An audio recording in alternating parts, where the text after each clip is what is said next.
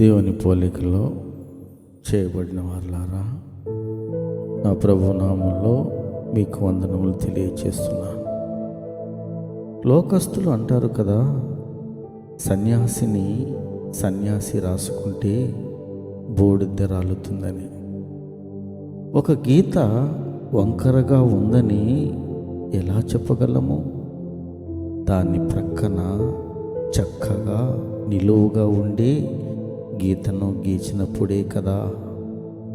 లోకంలో పాపము ఉన్నట్లు తెలిసింది దేవుని ధర్మశాస్త్రం వచ్చినప్పుడే కదా. అద్దం ముందు నిలబడితేనే కానీ మన ముఖము ఎలా ఉన్నదని తెలియదు. పాపము చేసే దేవతల ముందు పాపులమైన మనము నిలబడితే మన పాపములు కనబడవు.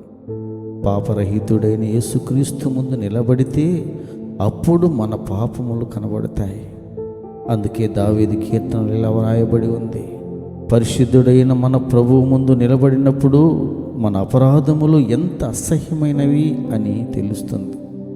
దేవుని ముందు మనము నిలబడినంత వరకు మన పాపములు మనను పొగుడుతూ ఉంటాయి. అందుకే మనము ఎక్కువ పాపములు చేస్తూ ఉంటాం. కాబట్టి పాపులమైన మనము పాపరహితుడైన యేసుక్రీస్తును రాసుకుంటే నిత్య జీవములోనికి వెళ్ళగలము. పౌలు సౌలుగా ఉన్నప్పుడు తాను చేసే పాపములు అపరాధములు అసహ్యమైనవని తెలియలేదు. ఎప్పుడైతే యేసుక్రీస్తు ముందు నిలబడినాడో తాను పాపులలో ప్రధాన పాపిగా కనబడినాడు. వెంటనే తన అపరాధములు పాపములు అసహ్యమైనవని గ్రహించి వదిలిపెట్టాడు.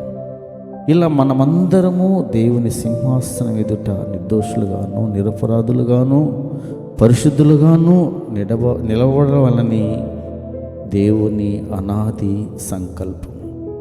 ఆమేన్, ఆమేన్.